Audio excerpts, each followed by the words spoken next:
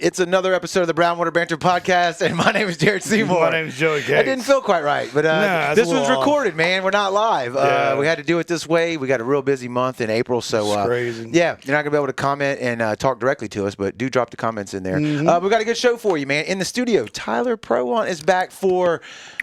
Third time? No, not second. Third, fourth. Yeah, we did 1, 2, 3. Is this number 4? I think two at the old studio, episode number 2, and then this one would be at least 4. Yeah. Yeah. So anyway, returning guest, man. Returning guest. He was on. Yeah, he was on episode 2 of the show. So we're going to be talking about his continuing fight to get a skate park in Biloxi, Mississippi, and his nonprofit Gulf Coast Skate Park Association, and now his new just released endeavor. That's a great way to put it, Joey. Mythic Skateboards. He's got some product here we're going to be talking about. He's got a lot of cool stuff going on, man. It's going to be a great conversation. But before we jump into it, like we always do, I got to click this button here so we can thank the people that keep the lights on for us over here right out of the gate. Dr. Robbie Williams over at Southern Magnolia Smiles, man. If you're looking for a great local dentist, you can look them up on the socials at Southern Magnolia Smiles on Facebook and Instagram. They are located right here in Ocean Springs on Washington Avenue. So 2026 is a year to get those pearly whites shined up and looking pretty. When you're ready to book the consultation, you can give them a call at 228-215-1202 and tell them Brownwater sent you. If you need legal representation, Taylor & Cox Law Firm is right here on the Mississippi Gulf Coast. They're in Jackson County, George County, and Greene County. They specialize in felonies, misdemeanors, DUI, family law, divorce, child custody, BUI. If you need somebody that's going to fight tooth and nail for you, just give Tyler right there in that photo. You give him a call at 228-696-0111. And again, tell him Brownwater sent you. It's about to be beach bod time. Yep. If you want to start feeling better, moving around, lose a little bit of weight, prioritizing your health. Forever Young, Men and Women's Health is the one for you. So, buddy Kendrick right here, he's extremely well knowledgeable in all things medicine and health. Their motto is bringing medicine, health, and exercise together to help men and women live their best lives. So if that's something that sounds interesting to you, you give them a call. They draw some lab work on you. They go over it with you. They see if you're vitamin deficient, hormone deficient. They get you right back on track. They specialize in testosterone replacement for both men and women. So give them a shout, 228-363-6623. And again, tell them Brownwater sent you. And we have a new sponsor that came on board with us this month, the month of April. Yeah. It's our buddy Brandon Webb over at Cedar Lake Power Equipment Service and Sales. He just opened up, I think, within a month ago, if I remember correctly. It's brand new. That's right. And he's blasting a media campaign. He's got some billboards out. He's located, as the name might imply, right there on Cedar Lake exit.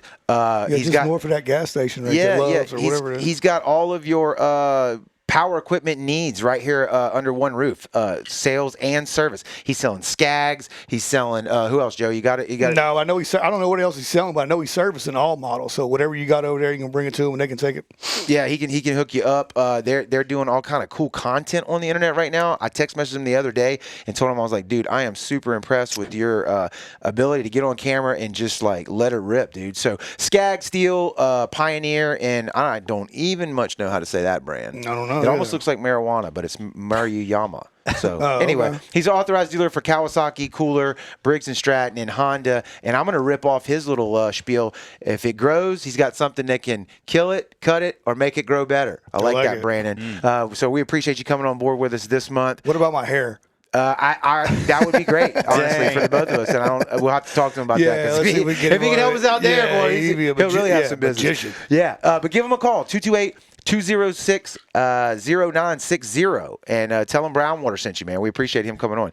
And I'm going to keep mentioning it. This will be out in the month of April. So the Brownwater Bash, April the 18th, over at Dewey Do Bugs in D'Iberville, turn a hardhead catfish into $1,000. We've got the men's MVP men's clinic that's come on board to support that. Solus Innovations taking a second place for the hardhead division. And then we've got Coastal RV and Sales, Foul Play Outdoors, S-Wild Charters, and Shinivert. Yep. Tackle. All right. Taking the big sponsors there for the Gaff Top, White Trout, Black Drum, and Redfish division. It's going to be a great time. All of our other sponsors here are located on the bottom. We're going to be going over those more as we get a little bit closer. So registration is live, as Joey told me. Yep. We already got people in there, so go ahead and get registered. Yeah, a couple people's already committed to it. So brownwaterbanter.com, sign up for it. It's a great day. It's always a good time. It's going to be fun. You don't want to miss it. Come hang out even if you're not fishing. Yeah. So, and if you're a veteran, you get to fish for free. That's correct. The main event. That's so right. There you go. Yeah, support those veterans anyway. So think we got that covered. Yep. Tyler, let me click this one other button here and get your get your lower third. Get his face up there. Get your lower third going. Dude, always a pleasure to see you. Like I said in the intro, you were episode 2, if I remember correctly, in the 2 or 3. 2 or 3. Okay, it might have been 3.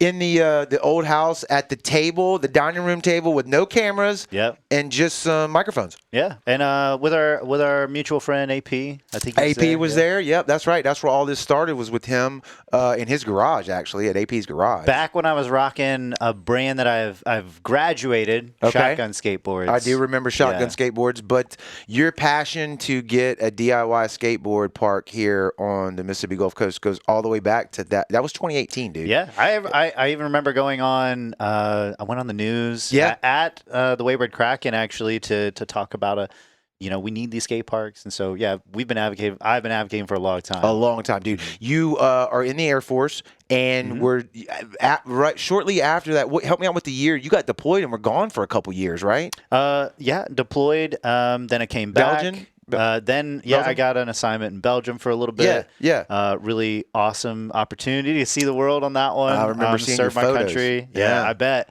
And then picked up a really cool job to work back here at Keesler. Brought you back to the Gulf Coast. Yeah, where my wife is from this area, and all her family's out here.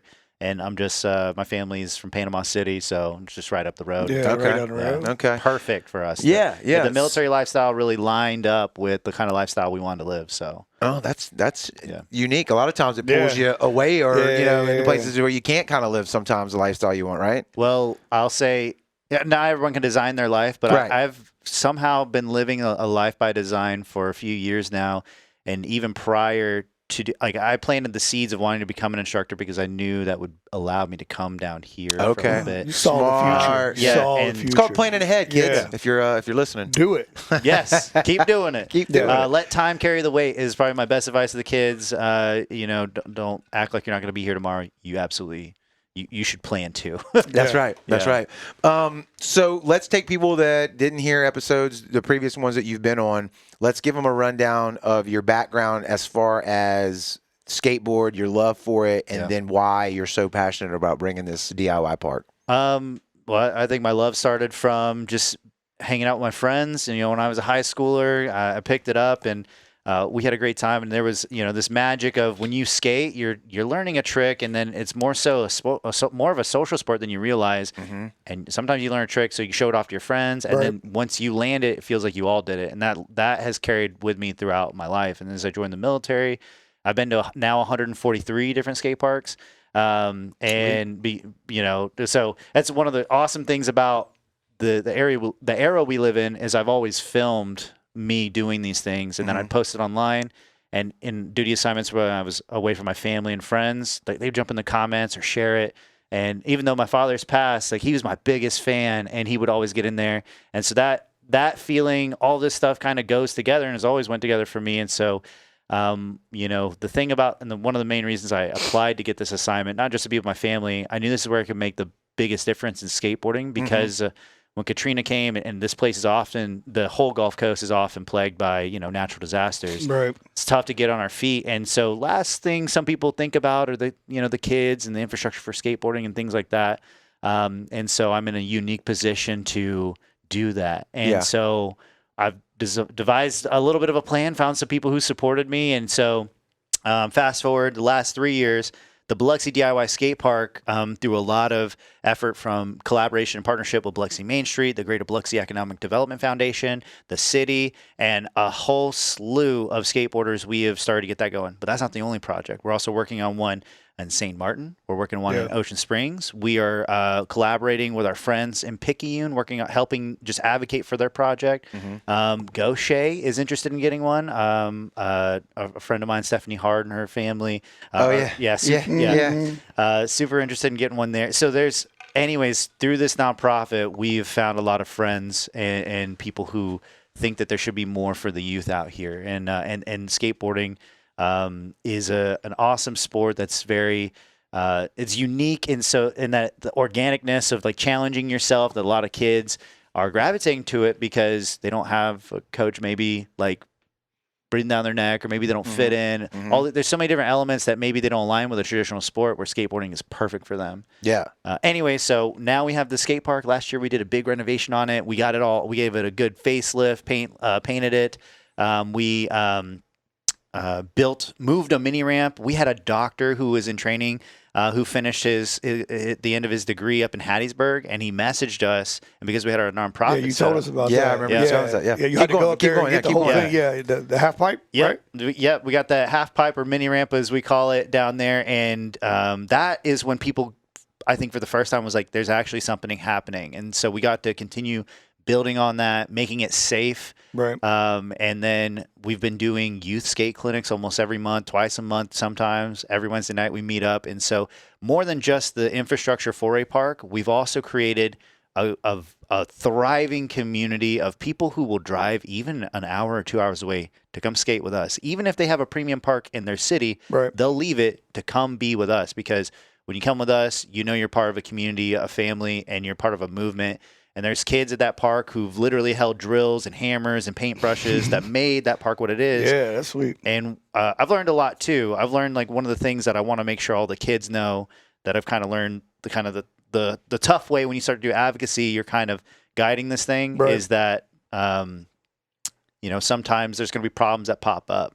And these kids are paying attention to what we're doing. And so I've had the opportunity to really instill some really good values in them. Right. The number one is, for us, that we keep saying, I think it's a good catch-all saying, is respect the park and respect each other. Right. Those two things make most 90% of the issues go away at the park. And that's where, like, you get learn to take care of, the place you live and the place you enjoy being, take care of your friends and the people who come, even the strangers, making them feel welcome. Right. That's how a community gets built. And it does. And then whenever I'm not there and I can't be the person, like, making sure, policing it. Yeah. It's still happening without me there. And that couldn't happen without a community. Right. And they know that if they tear it up, they don't get to skate anymore. Yeah. You know what I'm saying? They leave it trashy, it's going to get shut down and all that stuff. I flashed a photo up here of the actual park itself, all that stuff we were doing, getting the pictures and everything. We didn't actually put a picture of the park in there. So I got it there now so people can, at least it's kind of cropped a little bit. I don't know that I have everything in the photo, but they can get the gist of what's going on here. It's up underneath the 110 overpass there. By Fly Llama, you say, kind of it's just barely on the north side of the tracks. Yeah, there you go. And it's right there underneath the I-110 bridge at 205 Hopkins Boulevard. But the easiest way to find it, I put it on Google Maps. Just type in Biloxi DIY Skate Park, you'll get there. Right there you go, man. Yeah. And as the name would imply, DIY. I mean, this is all stuff that's voluntarily been built and placed there, right? Yeah. So it started out with me and 9 guys being like, hey, let's meet up there and see if there's interest. And then I built some things, and every night I would haul a bunch of equipment out there into my truck, from my garage, out into the park. And then at the end of the session, after I thrashed myself to skate, pick it all I pick it all back up, put it in my garage. And I did that for a while until I kind of worked with the city and said, hey, I'm tired of doing that. I'm going to leave it. And, at first there was a feeling like, well, I hope it's there tomorrow. I hope no one, takes this stuff away. But what we found is the opposite, that people would, if there was something wrong, they'd fix it. In fact, other people were motivated and inspired to bring stuff out there, and that kind of snowballed into us coming together and really owning it and getting other nonprofits and businesses involved and help sponsoring and getting it resurfaced and painted and just making sure that this is a proper DIY park. Now, the goal is still a permanent state-of-the-art concrete skate park, and we're still working towards that part of the project. And that's, we're talking a $3 million build is our goal, but we do it in a phased approach. And right now, so we maybe do it in 2 phases. And then we also would have like a design phase ahead of that to collect some money and make sure that the park that's built is based off of insights from the skate community. Yeah. Otherwise, we'll end up something that doesn't fit. Right. So that's the whole, we're a nonprofit built of skateboarding advocates. We all skate. So, or we have board members who have children who skate. So we want it to be as best as possible for that. And, we're trying to guide it, surveys, provide data to the city, help equip them with everything they need to make a good decision. You when you were off, and you told us this last time, you skated at some killer parks. You know what I'm saying? We had the park that was in Gulfport at one time. It shut down. What do you think it took, or what was holding Mississippi back as far as skate parks? Can you talk on that a little bit? Yeah, so I think at that time, it was it was a different era of skateboarding, a different era of the world, I think. And I think that a lot of people are quick to figure out how can we make money off of this new thing, this new trend. That's part of it. But also I know that their business plan to keep the facility going is they had to pay for entry. We're taking the opposite approach that parks, just like a soccer field or a football field or baseball field or anything that we enjoy like that, free to the public. Right. We think a skate park should be the same way. And so that would be one key piece of ideology that would be a little bit different from how that park was ran. And I know that people are doing the best they can with what tools that they're given and the structure they were put into. So that's why when we got the opportunity to build this from the ground up, that was a key part of it. That it's got to be free, publicly accessible. We want to work with the cities to make a world-class amenity that would attract people from out of town to come and spend time in this awesome city of Biloxi, And I think that's what was tough. When you put it behind a chain link fence that has razor wire, I don't know if it was razor wire, it was barbed wire around the top, and it's just not very inviting. Yeah. And to me, even worse, you have a nice AC building right beside it that you could have built a skate park inside of, but you put it outside. And in the heat and in the weather and the elements of all these storms that come through, and then now you have a lot more money you got to put into maintenance, all that. So there's just a bunch of different philosophies behind it. But as a nonprofit, as us coming together, that's what collectively the organization of skateboarders here on the coast want, is just free skate parks for everybody. Yeah, that's killer. Does it help being under the bridge like it is? As far as not having the sun. Rains. Well, that too. Yeah, not having because it gets hot down here tremendously. One, the lifespan of the ramps are extended. When it rains, there's still holes there that we want to see if we can work with MDOT in the city to get a gutter drain situation so it diverted out from the park. But obviously when it's that hot, the shade is critical. And I think that's another reason some people will leave. Even the premium parks near us don't have so much shade. Mobile doesn't have any. Pensacola they're under a bridge too. Hattiesburg doesn't have any. There's so many different parks that don't have that coverage, and so that's why it's so ideal. August heat, you need some shade. Yes. You need something. Yeah, you definitely. And the kids will be out there too. It's the summertime, just out of grinding school, away. Having fun. Yeah. And right now there's no water out there. So there's no hydration. So that's a safety concern. But there's definitely a lot of things to work through and design to, but I'm really proud with the progress we've made up to this point, and we wouldn't be able to do all this and have this momentum without a solid community. That's what I've learned the most about with this project. Absolutely. You mentioned about all the places that you've been to. What and the ideology difference between the one that was here, skate park, and the way you're building it now? What's the breakdown on parks that you've seen? Is it mostly this is a community park that's free like a soccer field, or is it more of the kind of charge to come in and make money off of it kind of thing? How does that break down? So then that comes into, I would say, over 75% of the parks that I've been to, free public access, and they're ran by the city, skate at your own risk, and the liability just roped into the insurance plan. That is the same insurance plan for the soccer fields and all that stuff. That's where you see typically outdoor as well. The other 25% goes toward, I would say, are the really not, and it's really hard to do an indoor skate park, financially incredibly burdensome. We're talking millions, probably a year to run a good facility, like the ones that I've appreciated skating. And they're not really affiliate. They're more privately owned, but because of that ideology difference, they're able to run it as a business model that makes sense by offering even more through programming for lessons for the kids. Maybe they'll have a bar or a cafe. And maybe it'll be a cool spot for college kids to sit and work on homework while the parents drop the kids off. They can spend some time. It's a whole ecosystem. It's way more elaborate and thought out than I think the model that the Gulfport DIY, or not the DIY, the Gulfport DeBee skate. It was technically called the Harrison County Skate Park. Okay. But that, not saying that wasn't thought out. I'm just saying there's been iterations that worked way better. Their model was simply give us whatever the entry fee was, and that was kind of their only revenue stream. And they had a pro shop. Sell some gear. And I think that they may have been, it was owned by the county, but privately, operated. Okay. But they didn't have a restaurant. They didn't have any kind of reason to be there hanging out. And they other than skating. I mean, you know what I'm saying? And they did have some programming, but whatever at that era wasn't enough to sustain it inevitably. And looking back in hindsight, it's easy to pick it apart, but I wasn't the one operating. I will say that because like in the future, that would be something incredible opportunity for those kind of things that happen here on the coast too. But it'd be a whole different, that's a whole different path. Okay. Do you think we could sustain that path or that model here? I think we need 10 times the amount of people skating. Yeah. We need a couple of premium skate parks up and down the coast, and that there's, why do we have baseball fields, soccer fields in which professionals play there? Because there's a bit of entertainment involved, that the community's around it, that there's a lifestyle lived around that thing, and that there is a business element to it. Yeah. So that's part of it as well. If we were talking about the indoor park, there's got to be a whole other elaborate ecosystem. Right.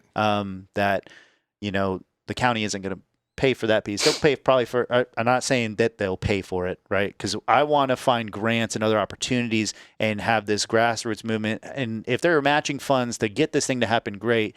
But I'm not, asking them to foot the whole bill. Yeah, not at all. Right. And we're trying to bring value and return on investment back to the city by, reducing crime, because the kids are now off of the phones and not doing killings or whatever things that we're genuinely concerned. Yeah. Mischief. Yeah. Mischief. And it happens in all places. I was just speaking to a skater the other day from New Iberia in Louisiana. They just built a skate park there.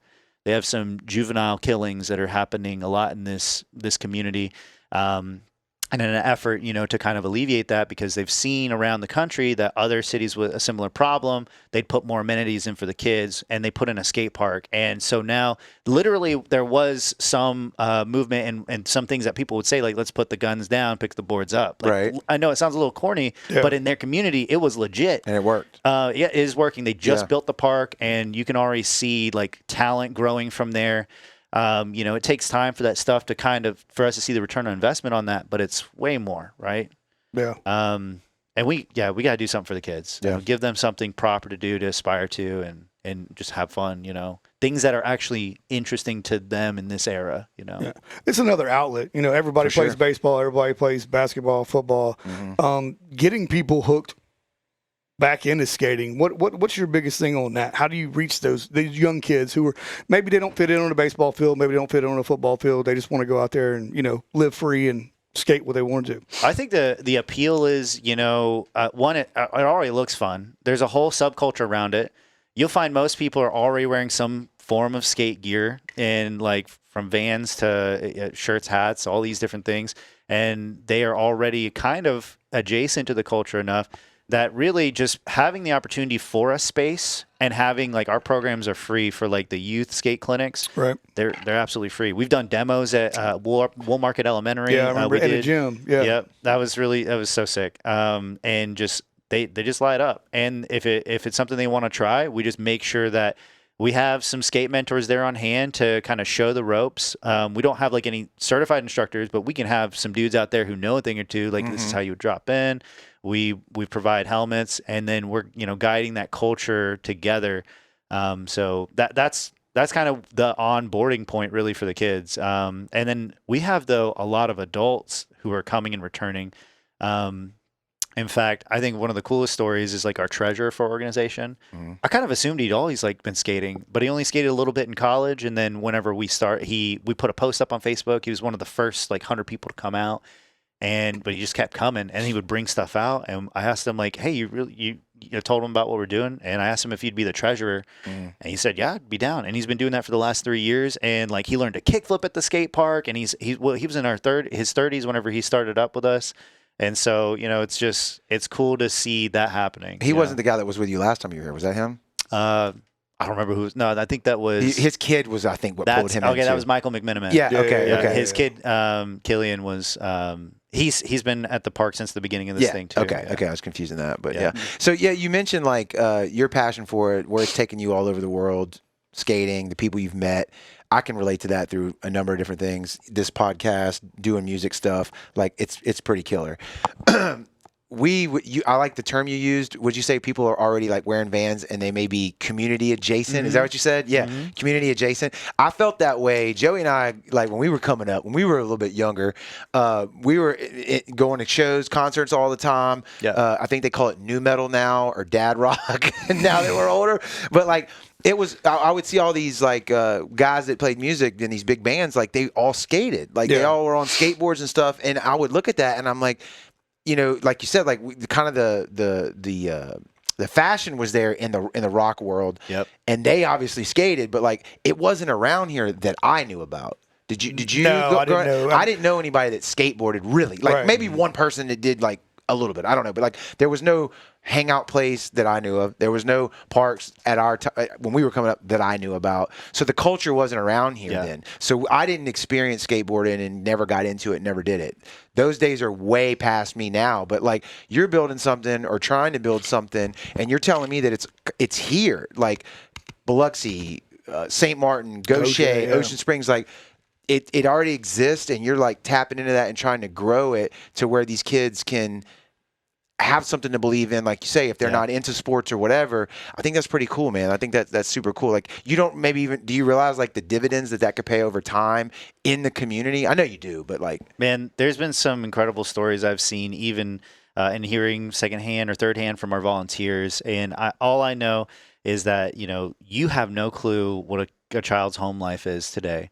And this is something that I get to do that even if like they don't have, maybe they have like a broken home or like there's a situation going on, the skate park provides a little bit of an outlet for them. And, in such an organic way that it's not like they have to be pulled to the skate park. Hey, you're going to come participate in this thing. They want to come out. It's like, I got practice today. I don't want to go. Right. You know what I'm saying? And I've seen the opposite where kids would have soccer practice. They would come to their parents would bring them to the skate park for a little bit. And then they would have soccer practice right after. And the kid would be like, oh, do I got to go? Like he's in the middle of skating. He's like, hey, we got 5 more minutes. We're going to go play soccer. I don't want to do it. Yeah. Hit a kickflip, bro. Yeah, I know. But I do think that there's, in terms of this community piece and dividends later on down the way for the youth, yes, I know for a fact that this is transforming people's lives, and not just our kids. And I think there's, male epidemic of loneliness and depression and things. Man, we are doing so much for those guys at the park. There's guys who tell me like they were in a really bad spot and that they just happen to see a post and they come out and they haven't stopped coming out. Yeah. They've enjoyed coming out there, the escape, and then when they go back home with their family, they're recharged, renewed. There's something different about dad this week, and there's so many dads that are out there skating. Really? Yeah, it's crazy. And what's even cooler is the dads are bringing their kids out, and now it's multi-generational. And is the only thing I really know of in which you would have a Gen X, a millennial, a Gen Z, and a Gen Alpha all out there together, hanging out, vibing, skating, talking. Yeah, it's happening at the skate park, and it's from mentorship just down to just skating. Like it's insane. So the dividends are like man, I can't wait. I know it's going to be there. I already see it. Yeah. What age do you recommend? I know you got all ages, but what ages do you recommend to start? Like if I wanted to come out there and bring my kid, 2, 3, 4, how old do you need to be, and how old do you have to be to not maybe skate? How old do you get too old? Yeah, so the range, I'd say 6 years old. There's something about being able to pay attention for enough time. Seconds. Yeah. Squirrel. And I'd say different for each kid. Right. And there's some parents who say that, their kid has suffered, I don't know if suffer is the great word, is adapting to maybe some of their mental quirks. I don't even know if that's the right way to say it. You know what I'm saying? Like ADHD. They're trying to navigate the world and having those issues. Yeah. And skateboarding is something that they take to because maybe there's less hand holding. There's a certain point of challenging yourself. The focus of trying to just balance on the board long enough tunes everything else out and then helps steady them. There's kids where I've heard their parents like he's transformed in school. I don't know if it's a phase of his life or if it's the skate park, but he's going to keep coming. Yeah. Other kids, like one kid I really like to hype up is this kid named Keegan. He lives around the corner from the skate park. He's out there like almost every day. He hasn't missed any of our tour stops. He's like every event out there.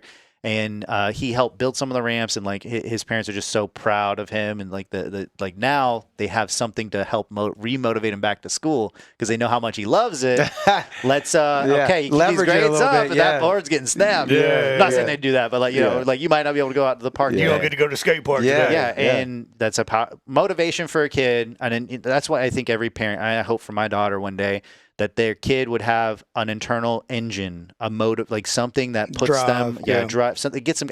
They don't care what it is, just on something, because that's the only feeling that your kid is probably going to be okay one day, right? Yeah. You know, is that they have a certain amount of independence, and that they actually want to do something. And that's the scary part is when you haven't heard that yet. And so skateboarding kind of brings that energy out of them, you know. That's killer. Yeah. What about the old grandpas? Oh, you got any old grandpas out there? Yeah.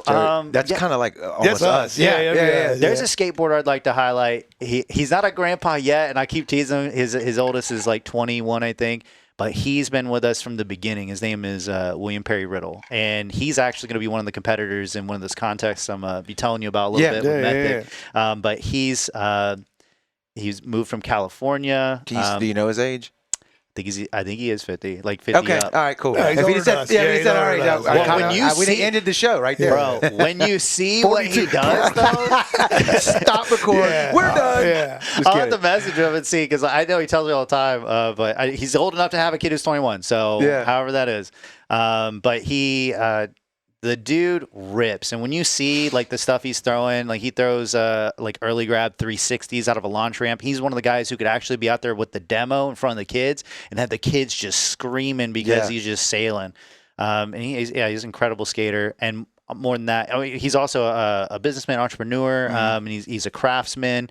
He runs his own painting business out in Lewisdale, and he's just a great dude all around. But he's been out there painting the ramps, building ramps, hauling ramps in and out of the skate park, mentoring the kids, showing up at events, putting money where his mouth is, buying every piece of merch that we have for GCSA. Like he 100% is into this. And there's a lot of guys. You'll find there's a couple people that are kind of close to his age, but I think he's like the perfect example of like, well, he not only is he like kind of our oldest skater, he's probably, to me, like that's the perfect type of skateboarding advocate, mentor, skater, like all around good dude. You want as many guys in your community as that guy, because he is actually bringing value back to your to the community, to your kids, to the park, such a good dude. Yeah. I've said it on the show before, but like there's lots of different things. We're talking about skateboarding, so we'll use this as an example. But it becomes the node that connects a bunch of different people from a bunch of different walks of life and a bunch of different age groups together over this common thing, which is skateboarding, right?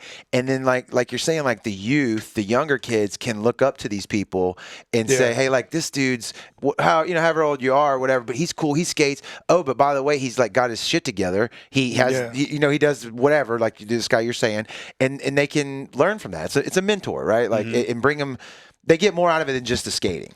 And whenever you call them a mentor, they kind of take a step back. It's like, oh man, that sounds like a lot of responsibility, but they don't realize you're already doing it. You're already doing it, and it's no one told you to do it, and it's so organic. And like I couldn't have like in my wildest dreams have made a plan to orchestrate like those moments. They just happen, because you putting the opportunities there by putting in the work, getting people together.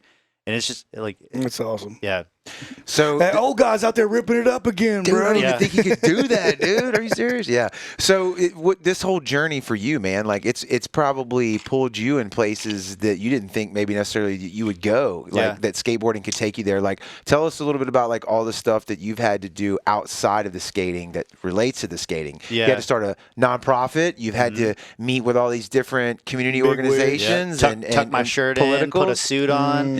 Talk presentations, right? Presentations to like city council, talking to so I've talked to the Jackson County Board of Supervisors.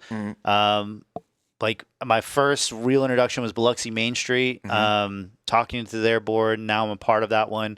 And then, having the mayor come out to the skate park, meeting with MDOT, all these different entities.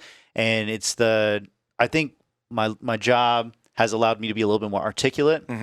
Skateboarding, I've finally able to give a precise voice of what is needed to back and forth from the skateboarding community back to the city, and because I can talk in both worlds, I'm able to bring the most value to them. And so I've been on a wild journey, and like one of my things, like I feel like I'm what they call, like in skateboarding we call it a core skater. Like you're dude who just like, man, this, like you only buy the certain brands and you only skate the certain way. Like there's some things that they call core skater, and to me I'll always be that, but I don't know if I even look like that remotely anymore to people because of all the things I'm doing through the nonprofit, sitting down with the mate, like all these different things, and like standing up and doing announcements at the skate park. Not most skate scenes they do that, but I do it because I feel like a great way to get as much information out there as possible. Got to. And it works in our community. I don't know if it'd work in every, and I think that every community needs a different kind of leader that matches what their scene is. So,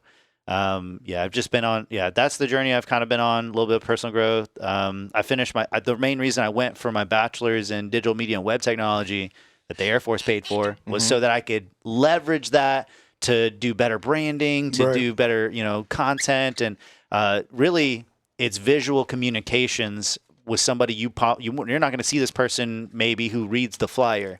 And so, there's been a lot of like growth for me over the last couple of years on that front.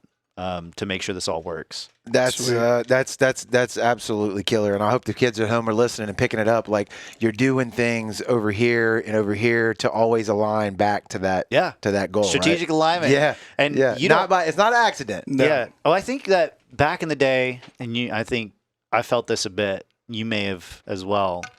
It was there was a push for the value of become an expert in a field, and that's I think is important. But I think today, with especially the modern advancements of AI and some other things happening, it might be better to be a generalist.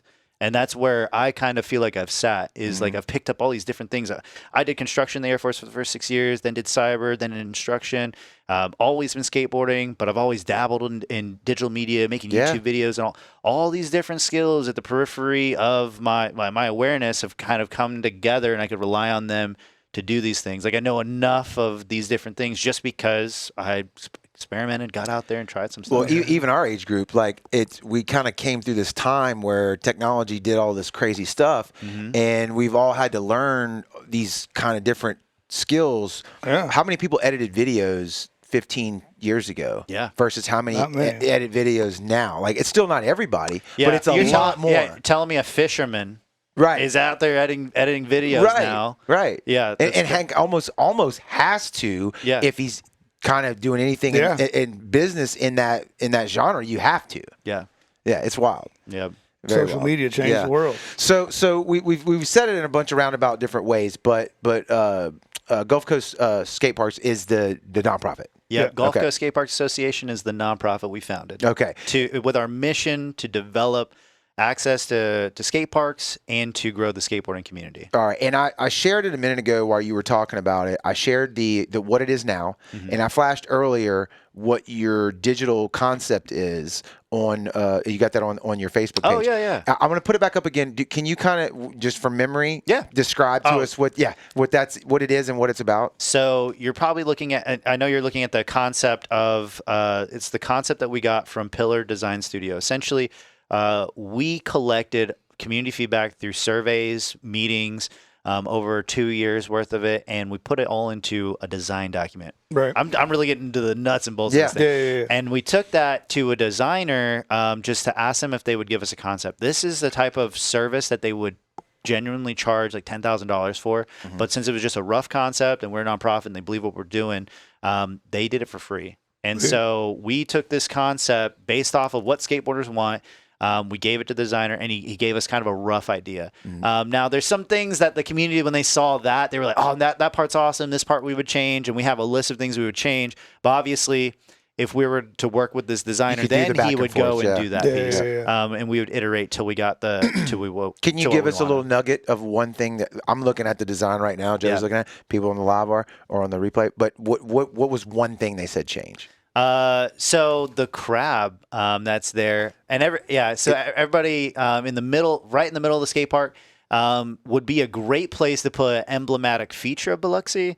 Unfortunately, with our designer not being, from the local area, he may not be as well versed in that. Biloxi ain't about crabs. Right. It's either shrimping.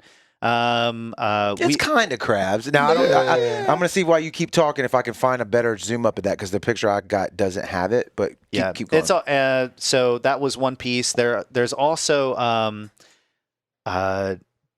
this area has a big emphasis on street skating, on beginner to intermediate skating, and so we don't necessarily need a pro level skate park where like only a pro could come out and actually put this thing through its paces. So why would we design a skate park for pros when they're not the ones who live here and use the park every day? So that was so some of the stuff, of the stuff on here was a little too complex. Is that what I'm hearing? Too challenging. Right. Yeah, but not to say it couldn't. Some of our locals are pretty insane, but the majority of them are chilling at that beginner to intermediate level, which you can still, as an advanced skater, get really technical on. So, and we want to take up the whole space. So it's 62,000 square feet from the pillars to pillars, from the fence to the road. And so in the rough design there, it didn't really kind of spill out over the whole canvas, if you will. And that's another thing that we'd like to change. But other than that, like, the design is pretty dope. And because we got this from them for free, we were able to leverage it to get a petition for 1.7 K signatures. So we got 1,700 signatures on change.org in the summer last year. So that was also helpful to show that there's a clear public demand for this amenity. Yeah, that looks pretty killer. You can see it right there, huh? Yeah, that was cool. This is all free though, but do y'all have a membership service with the skate park? Nope. So it's free. Now, some of our events, if you're going to be a participant in like a contest, whatever money that we charge as an entry fee goes straight back into our programs and projects. Just like raising awareness about the park, doing more contests, doing the youth skate clinics, making sure that we can operate the nonprofit with the insurance and all that piece and being permitted. I think what Joey was talking about is a membership to Gulf Coast Skate Park Association. You could become a member. Yeah, you go member, right? Yeah. We have actually in this past year pulled the membership fee. Okay. You can become a member. Okay. So that's growth. Yes. Yeah. So we decided that $5 to $15 from everyone's mom and dad isn't gonna do it. Correct. We're gonna need a lot more bigger paychecks and community gathering around this thing. So in order to show that piece, we decided like we want to expand our membership. And so if money is the barrier, it's not anymore. Awesome, man. So yeah, and anybody can do that. Just go into our website, click in there's a little button, become a member, read through a little bit of information about it, and then boom. And you're a member. You're a card-carrying member. There you go. And but membership to me, I know that we said it's free, but it also, to me personally, and a lot of the other skaters that are members, it means that you're going to do something. Yeah. So you may pull your weight. Yeah. It means that you may put some talents that you have on there. So if you can take a picture, if you can use a hammer, if you can talk, like there's so many different ways you can contribute. And my goal as like kind of the leader and pushing us in this direction is take everyone's individual talents and weave them into a pattern that creates this incredible movement and skate park that we see. Right. And so by joining in on that, by tapping into this, we can pull our talents together and do something incredible for our community. And that's what will make ours look insanely different than any other, Yeah. When we're all doing that piece. At least the least you could do is share it on social media because all these kids have got it. It's free. So, just shoot it out there. Splash it out there. Yeah. Before we roll into Mythic, which is your new launch here. Yeah. Tell us real quick. I got the photo ready to go of the. I guess it was a recent competition or something that you have. I got some winners here standing up in this photo. So in this photo, you're checking out the winners of one of the stops of the Gulf Coast Skate Park's Champions Tour. And so in it, we have, I'm doing it from memory, Steven Elkins won first place. He should be displayed there on the left. You have Tyron Daniels in second with the big peace sign up. And then in third place, Tyler Bergeron.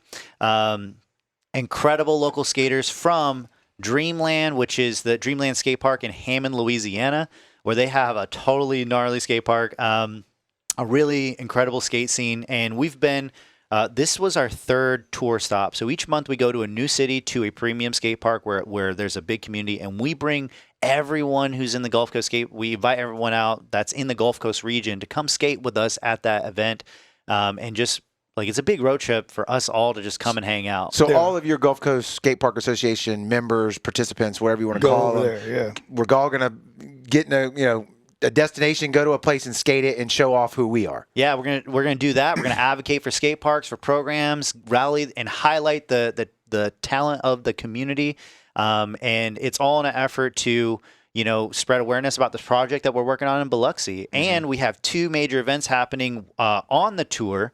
And so there'll be plenty of other events coming down. The most recent one that'll be April 11th.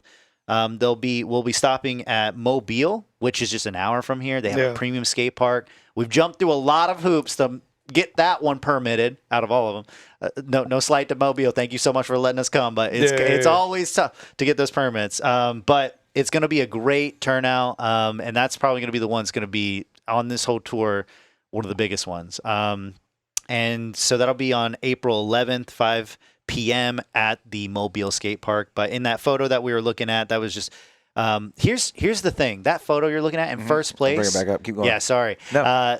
He at every one of these tour stops, whoever gets first in the adult best trick contest earns their golden ticket into Skating the Coast. Skating the Coast is the finals, and where there'll be $1,000 up for grabs. So each one of I know. So that's a lot of the skaters like, I'd like to get a little bit of that cash, right? And the bragging rights to be region wide from Panama City to Baton Rouge. We tried to collect the best skaters that in a best trick competition to bring them to this event. And so so Steven has earned his place up there. He's amongst 3 others that have been seated in the contest, and so we're really excited. We'll have one of the tour stops coming up in June. That'll be June 13th at the Biloxi Skate Fest, which is a really cool event that we're going to be doing. We're expecting like 500 people to show up. We've booked Reanimation. They're a Linkin Park tribute band. Really, really gnarly sound. We've got food trucks. We've got like over 20 vendors that our goal is to get to. And it's going to be just a lot of awesome skating. We'll do some youth skate lessons. We'll have youth skate contests, adult skate contests. We'll have a game of skate. Each one of these tour stops also, you can win up to $300. There's signups for it's like playing horse. You land a trick, then the next guy has to land it. So it's kind of a tournament bracket. And so the first place in that, we split the pot with them. And so it's kind of another fundraising aspect of this at each spot. So we'll be doing that at that'll be June 13th. I know I'm kind of talking about a bunch of our events, but where can people find what you're looking at? Is it located somewhere where they can check it out? So it's on our website, GulfCoastSkateParksAssociation.org. We blast it out on our Facebook all the time. There's signups, but just show up. Yeah, and I'll have it linked to in all the stuff here, so you can just click on go follow their Facebook page. That's the easiest way to stay up to date. What's the competition? The best trick? Do you have judges out there that are judging that? How does that work? Yeah, so for the best trick, you'll sign up, right? You put in $15, you've earned your entry fee, and now you'll be amongst up to maybe 24 skaters that are all, we'll pick an obstacle in the park, and what's your best move, essentially? And you're all throwing it at this thing. It's like a jam. We'll give you 20 minutes. We'll put it on the stair set or something, an obstacle that is a premium obstacle in the park that you can see some gnarly stuff on, and we're just going to sit back and watch. So we got some judges that sometimes it's our buddies who skate that are out of commission because maybe they sprained an ankle or something, so they know their stuff. Yeah. But skateboarding is a unique sport in which genuinely you kind of root for your competitors. Like you want to see the most gnarly stuff landed because that pushes skateboarding or pushes skateboarding in your area, which is kind of unique to this sport in comparison to others. And so these guys that are out there, we're expecting to see some maybe some gnarly slams, but also some gnarly lands for sure. And so it's really entertaining to watch too. Like even if you don't know anything about skateboarding, you can know when somebody landed something and that board spun or they spun. Yeah. So do you do anything for like the gnarliest wipeout or anything like that? We should get a sponsor who does like Band-Aids. Yeah. Let's get Band-Aids. Let's give you $100 for this one. Golden Band-Aid award. Yeah, the gnarliest wipeout of the day. Oh, you got to do that. We should get linked up with like a healthcare B&V company. I don't know. They may not want to be. They fix broken bone shit. Yeah, we're feeding that market, dog. Yeah, they need us. I mean, that's a part of it. You know, skateboarding, you can get hurt, right? That's kind of the. But that's motocross. That could be anything. Yeah, it could be anything, man. You could be walk fishing. out your house. Well, we talk about it before. Probably with you is like how many injuries happen in football all the time. A ton. Every time. Yeah, all the time. Every time on my fourth block, I got soccer fourth block. We get injuries every day. Yeah. Every day, I got a pile of Band-Aids just thrown on the floor. Good. It's going to build some character. Yeah. There's businesses that will be happy to serve you. Being human is important. You know, you're going to get hurt. You got to learn to recover. And there's a bunch of stuff that goes into that. But that's part of skateboarding for sure. Yeah. All right, so go check out that Facebook page. Stay in tune with all they're doing. They got all the events there. They got a lot of stuff coming up, a lot of cool stuff. If you want to get involved in a community or be a part of a thing, or just go check it out and watch, right? Yeah. Like if you just want to see come it. hang out you don't and even know watch. what it's about. You're just like, let's go see this thing. Yeah. And come check it out. I want to transition now into to your thing here. Okay. So we've talked about, your love for skateboarding, all the work you've put in. I mean, we're talking, what did we say? 18? This years. is when we started. 6, 7, 8 years you've been at this? Yeah. Yeah. Wow. Yeah. Yeah, ain't it? When you say it out loud, it's like, holy crap. Recently, what was it, a month ago? How long ago was this? Mythic launched. January I did a private launch, like a founder launch. I brought in, friends, family, supporters who believe in me personally. I've kind of been talking about doing this for a while. And I think everyone was hoping I'd bring Shotgun Skateboards back, but I feel like that was creatively a space that it wasn't something I could really grow and develop anymore. And it really isn't the kind of brand that I feel like would vibe with the coast. So people grow. You grew. Yeah. Yeah. I'm selfishly right now. Oh, this is selfish. Oh, you can't see me, Joe. I'm selfishly right now. There you go. Sharing the photo. I was lucky enough to get one of those invites. Yeah. And I came to the launch that was at your house. Mm-hmm. I got a board. I got this cool shirt that we'll have to see here in a second. You've been looking at it, but and you have a dang ramp in your backyard. Yeah, dude. Yeah, that was a cool night. So go to explain that all to us. Okay, so first of all, I wanted to find a way that I can continue to serve my community. That's where I wanted to start with Mythic. And so I think there's always been a need for people to have skateboards that represent them, who they are, what they believe in. And the word mythic really is a little bit of that, right? You're talking about legends, stories. These things connect us and inspire us.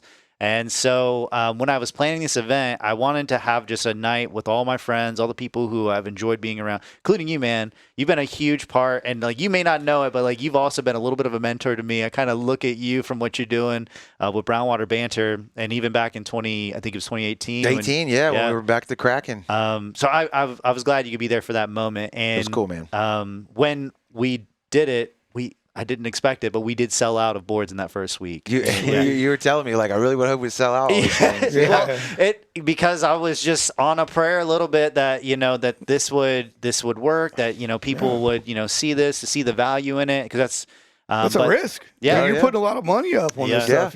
Flash that thing to the camera. Yeah, so real quick. this was the board that we actually. This is the last one that I have that I'm not gonna sell. This one's for me. That's yours. That I want to keep. But this was the one that was that we had that night. I designed it in a way so that it would kind of look a little bit distressed and already worn, as if we were already telling old stories about skating. And so. Yeah, that's kind of.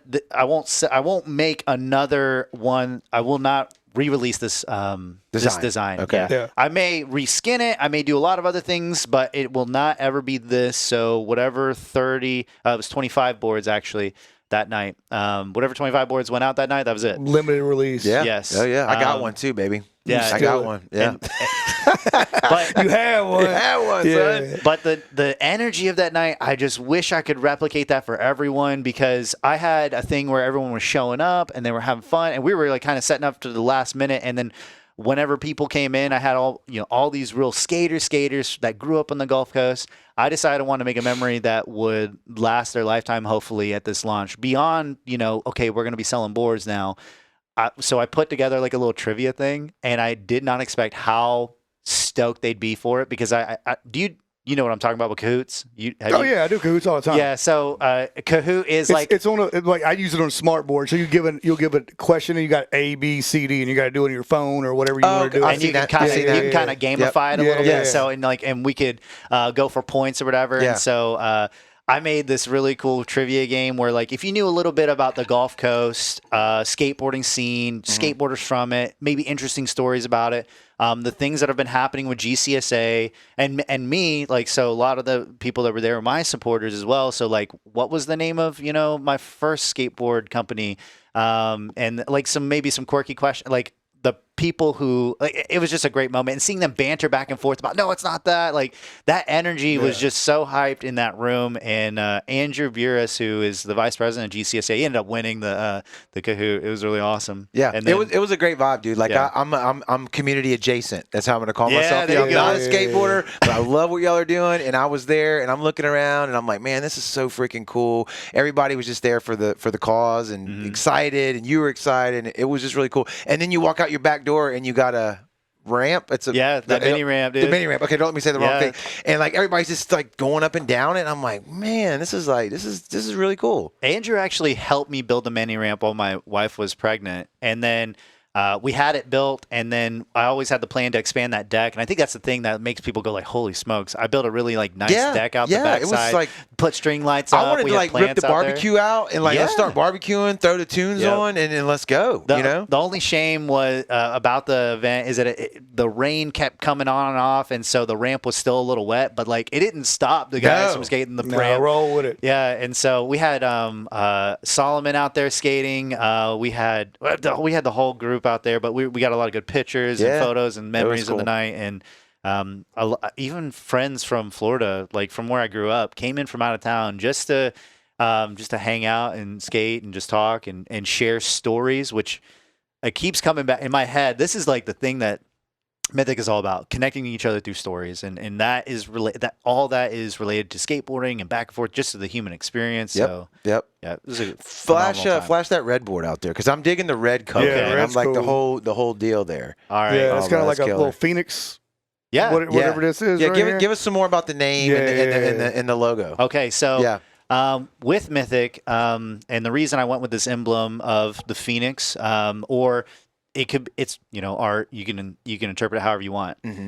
For me, I see an eagle. I've spent my life serving. I watched my father serve. I thought Phoenix, like Joey. But it also means that too. But I think everyone has I was raised to believe that everyone should serve. Either it doesn't have to, and service comes in so many different forms. We should serve each other. You can serve your community. You can serve your family. I serve through the military, and I try and serve in these other aspects. It's something that was distilled into me from my dad. Yeah. And that's a part of what I see there. But also, hurricanes come where I grew up and where you grew up. Yeah. And so it's an emblem of resilience, right? Phoenix is a very resilient figure, reborn from the ashes, rising from the dead. And if you were here for Katrina, and I hear all the stories from my wife and her family, like just the war zone atmosphere that it looked like, and you would take a look at the coast today and not believe. That was terrible. And that is not an uncommon thing for the Gulf Coast. And you could probably say this about the world at large, that natural disasters happen, and disasters happen in people's lives. And so that's resilience, purpose, community. All those things are like key tenets of this brand I wanted to build. And so, that's the emblem and design. But we actually, do you see this? It's the little R. Oh, you registered. Yeah, it's a registered it's official, trademark. Baby. That's official. So I'm really trying to do it as legit as possible, and give everyone something to hopefully that they see value in it, in what we're doing, what we are. I have no pro skateboarders on this team. It's just me, Ty Prowant. And pro. I'm the only pro on this team. I might be the only one ever. We'll see. I don't know. But I hope that the locals, the local legends of the skate park, and the up and coming local legends see that this is their brand, that this is meant to serve them, to be there for them. And so as we continue to rise from the ashes, hopefully we'll be able to give back to our community through, like the nonprofit GCSA and whatever way that we can, and inspire in different ways. So that's kind of what this will be released. But I also got one more board design that will be released alongside this one. And this one is called the Lore Master. So this is each time I do a design drop, it'll be a new realm. And so the Lore Master realm is the idea that I'll be trying to tell as many stories as possible through skateboarding and these designs. And who are those stories going to be coming from? The Lore Master. So that's this design. And they'll be coming out together alongside some of the merch and stuff. And all of that will be coming out on April 3rd, Friday. Okay. 5 p.m. This Friday, actually. This Friday. This Friday. Yeah, as it releases, yes. Yeah. And so we have partnered up with Biloxi Main Street, and there's the opportunity there to be a part of their First Friday. They had a really awesome First Friday event last First Friday. With we've been down to a few of them. Yeah, it's been a while, but they've always been super huge, cool. Yeah, man. And so I'm excited to be a businessman, entrepreneur in the community and serving in that way. And I wanted to bring even more value to the community. So we're doing an event that has never been seen on the coast. In fact, has only been seen once and just concluded actually last night. Mm-hmm. Have you heard of Professional Skateboarding League yet?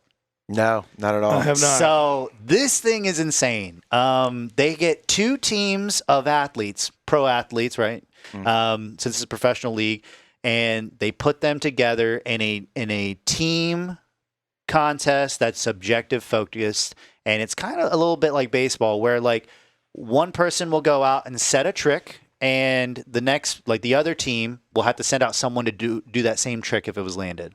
And so there's the offense is setting tricks. Right. If anyone on the offense misses their trick 3 times, it turns over, and now the defensive team gets to do it. Yes, Yeah. and so the points rack up as tricks are failed on the defensive team. I like the gamification of skating. Yeah. I think that is a community like that. Yeah.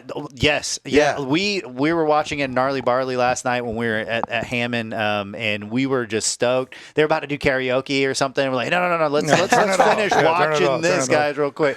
And they're like, okay, yeah. And so this is at the pro level. Like this is where would we watch this? ESPN. So right now it's on YouTube. Okay. Yeah. So How old did I just sound? No. It's ESPN 8 show. I mean, obviously, I think they want to grow to the point to where they could be on a sports channel like that, But this is the first of its kind, the first iteration, and there were some kinks to work out in the beginning, and a lot of people were like, I don't know, and then people started watching, and like this. I think the drive is also internal to the team because in skateboarding, we do like to be super supportive, and so much so that like. There are some skaters though that like to pick at each other a little bit, right? And so this opens that up a little bit in that team environment. Are you saying that there was some pushback, like we don't want to be competing, we want to just be hanging out? Oh, that will always be like in any probably anything, but in skateboarding, there'll always be like, hey, it shouldn't be in the Olympics. We should keep it the way it was, and this is how I experienced it, so that's how it should be. Yeah, and I get a little bit of that, but it's really tough when I'm trying to help get you skate parks and I'm trying to get you programs, and now we got this cool new competition format. Like, why don't we at least try? You got snowboarding. You got basically the same thing. You know what I'm saying, on ice. So it's kind of like the skate game, just a little slightly different. X Games. Yeah, and so with the team aspect. Has really changed it. So we're going to be doing a locally adapted version of that Friday night. And so we got the flyer. Yeah, so we got 2 teams there, we got a team of heavy hitting local legends, and so we got the team rosters, Ostrich Gang, Team Ostrich Gang, and Team Back Bay Bolts, and so they came up with the names, not me. I love it. I do love it though. We're the Brownwater Gang. Yeah, Brownwater Gang. We need to put it together. I'm not skating. No, break I every bone in my body. Not skating at all. Yeah, we'll be judges. Yeah. And so we got 2 team captains. The team captains are also board members of GCSA. So we got Andrew Montejo, which is on the left, and Andrew Burris. You know on what the I really like about this? Like, I don't know if you did this on purpose or not, but you made the flyer almost look like a semi UFC style. It looks like mugshot. Yeah, it does. It looks a little like that as well, but it almost looks like a fight. Yeah, I like that. I got to give that up to Andrew Montejo. Yes. And I think you can even see him in this picture. He's got his lip. He's got his lip curling. a little disgust. I love that. You have to keep that vibe. That's killer. It's kind of fun because at the skate park, and we were in the car together last night, and we're just buds going on a road trip skating, and that's what it is. But also, it's cool that they're like, yeah, let's. You know what? There is beef. You got to have competition. You got to have competition. Even if it's a little like WWE, like where it's a little bit. Not that the skating's fake, but the animosity is slightly fake. Well, I love that. They're having fun with it because, like, they come up with I didn't come up with their teams. They came up with their teams. In fact, they had a local artist, Zico Bishop, who also designed the art that I'll show you in a second. That's on the back of our GCSA tour shirts. He designed the logo for the Ostrich Gang. Actually, he's featured here. He's on the top left-hand corner. Zico Bishop is one of the team members of Ostrich Gang. You got Jamie Guidry, Justin Bang. You got Royce Regal, and then you got Jacob Germany. And so this is both teams are really stacked. But this team kind of has been doing a little bit more poking at the other team. Nice. Like just a little bit of, a little fun. And even when you read the comments, it's like they want to trash talk, but they also want to let them know that like we're still homies. Right. A little bit. That's what I'm saying. You got to give them, if you just give them the framework of like, look guys, this is wrestling. Yeah. Right. They're all friends at the end of the day. Well, you see what I mean? Like, but when your trick sucks, but I hope you land it. Yeah. But like, we got to sell it. Like you got to talk some mad shit. And then when it's all done, we're friends. But and I've let them kind of self-organize. I proposed these teams, and other than that, like it's all been them. Like they came up with their colors, their names, their designs.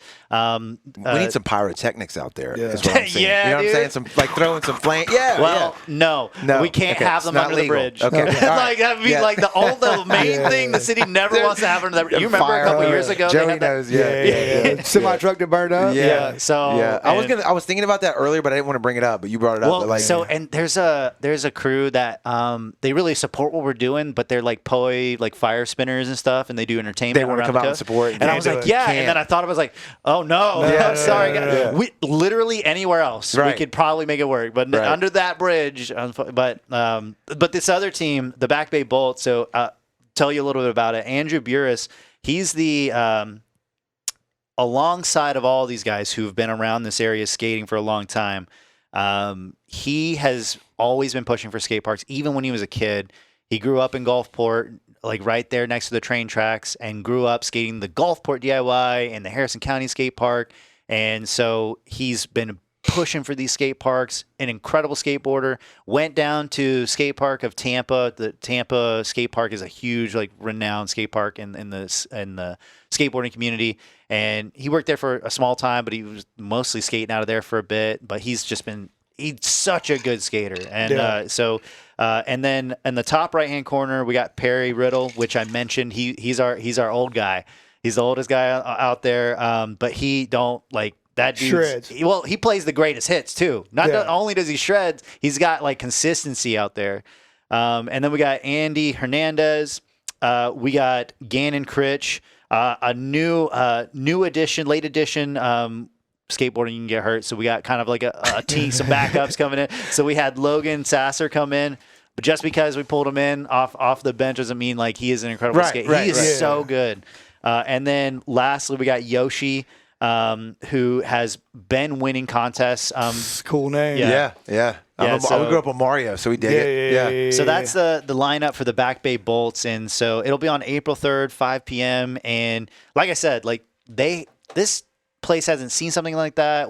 Even us skaters, is the first time we've seen a team format work, and we all loved it.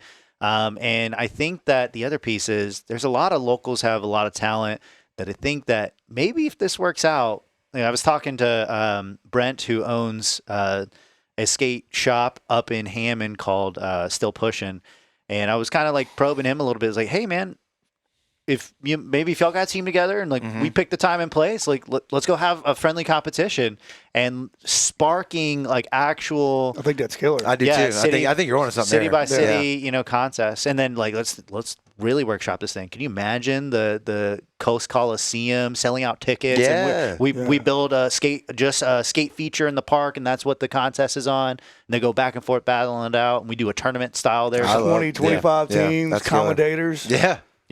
But that's kind of what PSL was. And so we're just adapting it for the local format.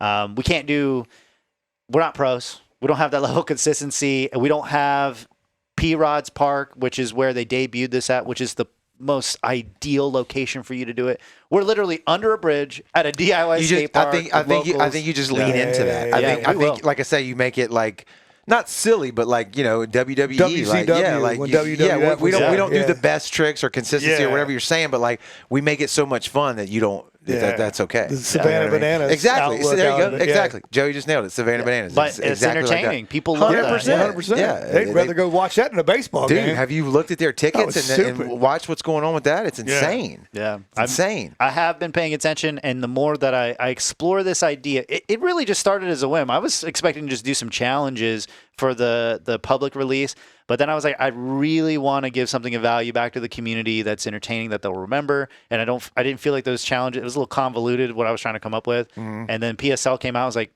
let's do that. Like everyone is watching that, is having fun with that. I think there were some people like wondering like, how could I be a part of that? Well, you could be a part of something like that in a local environment. And so maybe if this goes well, we could do more in the future, and like we can, you know, maybe we challenge other cities and have fun. That's great. Yeah. So you're gonna have the boards for sale out there. You're gonna have the merch for sale out there. You're gonna have vendors out there. We didn't even get into his merch yet. I got the whole thing queued up. Let's talk about the merch real quick. So, I mean, with the merch, I designed 2 styles of hats. I brought one with me. This is the Mythic hat that is got the Evergreen logo on it. And then we got another one with the Lore Master logo. I didn't bring it for you, but I'm sure you got the picture there. Yep, I got it. So it's got the Lore Master emblem on it. And real quick with the Lore Master thing, we already said, like, we go back to 2018, we go back to the Wayward Kraken. Yeah, you're a Dungeons and Dragons guy. You're tying all of your shit into. Dude, you see it like what? I mean, really, when I was thinking about building this thing and I was trying to come up with what it would be, it's got to be authentic to me, so I can have as much fun as possible. And so, that's like I drew this up. I hand drew it, and I'm also do a little bit of digital art. And so I brought it in to digitize it and go in, and I had all this fun getting it and pulling all these talents I've been doing, pulling all my interests together. And so I did a reveal video, and someone said, it was as a dungeon master. It's like, I mean, it's whatever. I'm not going to tell you what you see, right? So, but I'm going to tell you that this but is you the have Lore that Master background, drop. So, you're right. Yeah. And so we start with that. But I think that in the future, something I really want to bite off in the future is some licensing. Like seeing if I can license some cool like IPs. We were just joking around last night, but I think it might actually happen one day if like, what if I had a collab with the Shuckers? Oh, yeah. You know? Cool. Yeah. I think there's a lot of people in Biloxi who'd love to see that. Yeah. And that might be a license that might be closer within striking range than some of my more lofty ideas, like a D&D collab or a Wizard of the Coast collab or an anime collab. Like those things are things I'm interested in. But, it's also, I want to make sure that it always appeals to the skateboarders that are around me. And you'll find, though, there's a lot of skateboarders that are super nerds like me. Oh, dude. And that's across anything, any genre of whatever you're talking about. I mean, there's nerds in heavy metal. Like, it's just, I love it. Like, if there's something that even I'm not into, but I see, like, again, like skateboarding, like, it's not, I appreciate the culture because it's so close to music. But, like, I'm not a skateboarder. But I love to see you guys get, like, super excited about it. Yeah. It gets me hyped up about it. And I think that future drops may not even be in that realm. Sorry. Right. Realm. Yeah, there you go. But I could do some original artwork and I plan to, as soon as possible, as soon as we get some legs propped under this table, to get some artists on top of that table and doing like local artists. That'd be killer. Yes. Yeah, like local, Yeah, but not just local artists. I'm interested in the local artists who've like showed that they are supporting the skateboarding movement. So there's been a couple like we got a tattoo artist out of Raven of the Rose I've been looking at. Yeah. He's supported us in the past. Barry. We got Zico Leonardi? Bishop. Yep. Yeah. Okay, you know. Yeah. And then we got Zico Bishop. He's a prior veteran in the Navy. Rad skateboarder, awesome dad, a huge. He's going through his master's program for art right now, and he did a commission for us for GCSA, and I think he'd be a great artist for the team if he was interested, which I think he is. And then we got Ben Marsh, another person who had contributed artwork for art. We did Arts for Skatepark skate benefit, like it was a art auction. It's crazy. We put that together, but he donated some art for that. So that's the kind of artists that I'm looking for. The ones that like not only do they do art, but like they're involved in the skateboarding community. Right, means something to them. Yeah. Yes. Hyper local too, like you're saying, and involved. And I want to hire them and get money into their pockets, because I definitely think that we're in an interesting era of what you should and shouldn't be doing with AI. And there's a lot of opinions about it, but I think that the I don't know, this might sound a little hippy dippy, but the spiritual aspect of what you believe is in that artwork is, in my opinion, going to always remain there as long as the pencil and pen and the brush is in the hand of the artist. I 100% agree with that. Again, I'll say it till I'm blue in the face, but like go back to music. Like if there's AI stuff putting out music songs. Someone played for me one time and I didn't know. I was like, man, that's a good song. I really like that song. And they're like, it's AI. I was like, damn it, but and that's okay. Like it ain't like I'm like. It's like, but it does change it for me.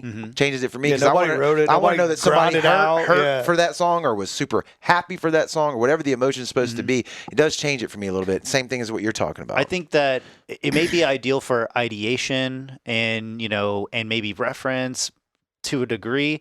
My personal opinion about like artwork and its usage of it, but if you're doing it and then claiming it was you or claiming it was that's terrible. Yeah, I'll give you another curveball here. Kevin, who I do the other podcast with, he started doing AI music based on lyrics that he was writing himself. He doesn't play an instrument. So he was sending me this stuff, and I was like, dude, I think that's cool because now you're able to get these words out, and he's a massive music person but you don't play an instrument, but you can take something, write it down, and then create this song and get it out, and that's art to me. Yeah. So there's that angle of it. Yeah. I think what people will probably want to see more in the future is your process. And that only helps you, sell your brand a little bit more because it's going to connect people to what you're doing. If you showed all the hard work that goes behind it and you show maybe where you did use AI, like, hey, I had to use AI because I'm looking at fonts and I want to find one. And so like maybe I give it kind of a vibe that I'm talking about and we bounce back and forth ideas because I might not have my buddies in the room or like I might not have a staff of people I can pay to do that stuff. I don't know. There's a lot that goes into the ethics behind it. Actually, one of the things I get the opportunity to do in my job is teach about AI ethics. So I've really paid a lot of attention to that piece of it. And at the end of the day, a human has to decide what's right and wrong. That's true. That's true. Where I still have it on the screen here, all of your two hat designs and then this red board here. Where can people go? This is available for purchase if they're seeing this and they love it and they want to be a part of it. They want to get some of that gear. Where do they go and how do they get it? Well, the thing I recommend to anybody who wants to get this gear is that this is the kind of gear that is for people who are out at the skate park. And so that's where I will be selling it. That's where you're selling it. So it's going to be exclusively sold at my pop-up events for now. We don't have an online store. We don't have any situation like that because I believe that we should be growing the skateboarding community, and I do want to serve as many people as possible. But like this is also something exclusive to this area for now. But in the future as we grow, come out and see it. Be a part of the journey. And I want to when I serve people, I want to shake your hand, talk to you, learn a little bit about you. Right. And I feel like that's where I'll be able to in the future iterate on my process and think about who I am serving and like what stories do they want to hear and that piece. I'm really trying to be as in tune as possible into that piece. I feel like that's where the success will be in this adventure. I love it, dude. You got shirts too, right? Yep. Do you have those shirts? Yeah. So I'm almost sold out of these. So that was the founder shirt for the private event. I still have a few more of them till they're sold out. And then for the the public launch, we're doing a Lore Master Realm shirt. We're just doing one. It's got the big emblem on the back. And then it's got the pocket logo on the front, and Is that at the April 3rd event? Yep. Okay. Cool. And then, I brought these here for y'all. I will also be doing stickers, but sweet. Here y'all go. Yes, yes, dude, that's killer. Let me show it right here. Oh, there it is. Joe, you probably get a little closer to that camera over there. Let me get it. Yeah, that's killer, dude. Thank you so much. That's awesome. Yeah. We love getting swag. We put it up. We let it hang out in the out there. And people come by and they're like, what is this? What is this? And we're like, oh, that was so-and-so. That was so-and-so. So we enjoy the hell out of it. Before we wrap things up, give me your I don't want to put a time frame on it, but your immediate goals for Gulf Coast Skate Parks and Mythic Skateboards. Immediate goals we'll start with GCSA. Yeah. I want this tour to be something that sits in everybody's mind. So for me, we were talking about what is success measured in on that. Is it a number? Is it how many events, how many people showed up? I think that's one's tough to say. I think we want to raise money, but I think raising the awareness is equally as important. So by the end of this year, we do want to make it to $75,000 to go toward, to finally reach that point so we can get the design for the concrete park. Success would also be measured in these goals by the outreach that we do, getting more people out to the events and not, I don't care if I just want you to be a part of the community. Mm-hmm. So getting as many people out there as possible. So our outreach, I'd love to see it double from last year. Is the ultimate goal, I would assume, is the park being completed? Yeah. So short-term goal, we're going to do a renovation on the park here this summer.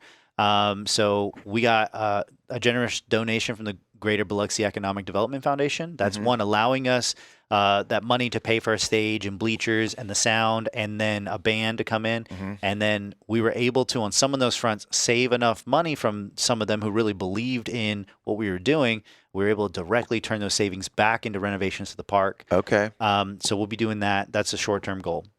Obviously, the long-term goal is to replace that park. Yeah. But $75K gets us to the design phase. If we could hit that target this year, that is incredible. Do you have a rough window in your mind when that park should be built?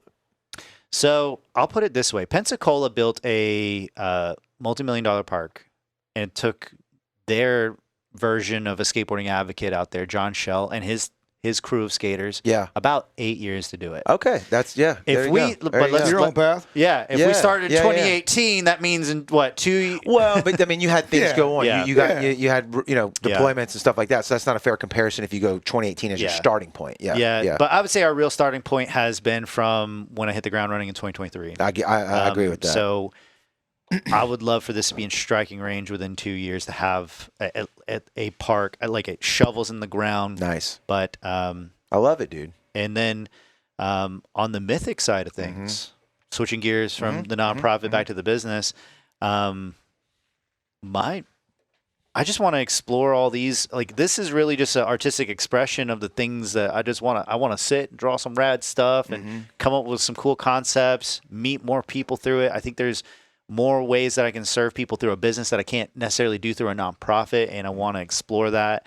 The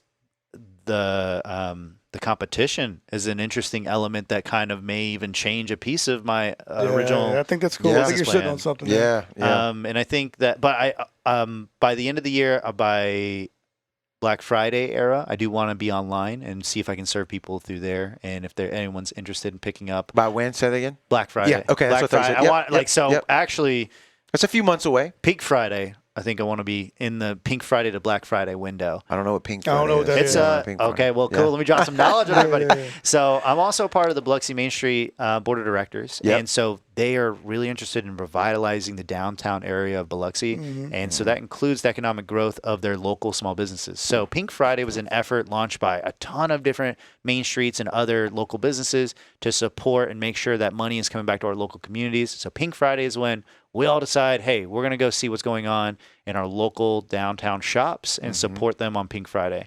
It's crazy because there's businesses that may not even realize that they're getting blessed up on that day. It's the Friday before Black Friday. Okay. So I was talking to a skate shop in Louisiana called Riding Dirty. And Riding Dirty. Yeah, it's a cool shop. And when I was talking to him, he was kind of explaining that. I was like, yeah, you got Pink Friday. And he's like, what are you talking about? Yeah, and I was like, and he's like, oh, dude, that makes so much sense. Like, we had so many people. And it's like, because Black Friday happened, and we didn't do what we were expecting. It's like, because you got it a week early. Well, yeah. Well, you got it a week early, but also you cannot, for that day. Yeah, you cannot compete with corporate America. Period. They are rocking everyone's world on that day. Everybody's sleeping in front of Best Buy, and Walmart, and everything else. I hope that people listening, I know you have a local audience. Yeah. I hope that they think about that this Friday a little bit. Yeah, this is new on the show. Like I haven't heard about it before. You probably want that money to stay. Like that went to a local business. That local business has to pay taxes. We need to do a show area. about that. Yeah, get you to come back on. Did I just blow your mind? You blew my mind. Yeah, you come back on and we'll just highlight businesses. Pink Friday like show. maybe that Monday before or something. You know what I mean? I think maybe the partnership is we see if someone from Biloxi Main Street and maybe the Greater Biloxi Economic Development Foundation, if they have anyone from their boards that want to come and talk. That would be great. Yeah, absolutely. I can introduce Keep y'all. that in. We need to know the about old that. ticker. Yeah. Help us out with that. That's what the opportunities that when you. That's the. And I'm gonna back up a second. Yeah. And I don't know if this is related to kind of. I know we're trying to close up a little bit, but I think when you serve is when the most opportunity will find you. 100%. And that's where like these different network opportunities, learning about like what opportunities are out there, until you start trying to do something and connecting and getting partnered up with people and to be serving your community, that's when all the success is going to find you. Yes. And so that's my plan. If you're asking me what's my strategy for this business, it's that. Okay. So Pink Friday, Black Friday. Yeah. And whatever comes along the way. Yeah. I love it, bro. You know, we're over here rooting for you. We're in your corner. Always have been since I met you, since day one. Anything you need from us, always give it to us. Man. Yeah, let us know. Except for skate. We'll come out and commentate. Except for that. Actually, I would, but you're gonna have to dress. We'll commentate. We won't skate. That would be insane. You'd have to we'll be the guest judges. Well, you'd have to dress me up like the Michelin Man. Like I'd have to be in some kind of like State Puff Marshmallow Man thing before I'm getting on a skateboard. That would be insane if we had like this, like a setup like this, and we brought out like a skater who like who also can kind of like riff a little bit, and y'all are just like talking about like what you see. We could do it. I can imagine from y'all's angle with the limited perspective. Yes, and we would have legitimate questions about what's going on. But the thing is, so many people also would as well. Skate walkout songs, skate out songs. Yeah, you know dude, they want this. They want that. Yeah, that's what I'm saying. You got to WWE it, man. You got to turn it into at least a part of it. Like you don't want to cheapen the community. I think that when we get this in the Coliseum one day, that's what we're doing, dude. Like Nitro Circus. You know what I'm talking about? Dude. You know, and they do pyrotechnics there. We don't have to worry about being on the dirty bridge. Burning the bridge. Yeah. All right. Well, look, I hope everybody enjoyed it. Tyler, thank you for stopping by and chatting with us. Come grab some stuff next Friday. It's always a pleasure. Yeah. It's this Friday. Yeah, it's this Friday as this airs. We're recording this early, but yeah, April the 3rd. Help me out. 5 p.m. Yeah, 5 p.m. Be out there April 3rd at the Biloxi DIY Skate Park, right down from Biloxi First Friday. It's our big block party. We'd love to see you guys out there. That's right, man. So thanks everybody for watching on this episode, man. If y'all keep tuning in, we'll keep doing them, and we'll see you on the next one. Later. Peace. Thanks so much for checking out the show. We really appreciate the support. If you haven't downloaded the Brownwater Banter app yet, go do it. It's free in the App Store and on Google Play. We have everything covered for a day out on the water. We've got the tides, the radar, Tails and Scales app. We've got a radio station right inside of it, and it's all free. All of our content is in there. You can listen to the show directly inside of the app. Make sure you keep your notifications turned on so you can stay in touch with us as we go live with guests in the future and plan events. If y'all keep tuning in, we'll keep doing them. We'll see you on the next one.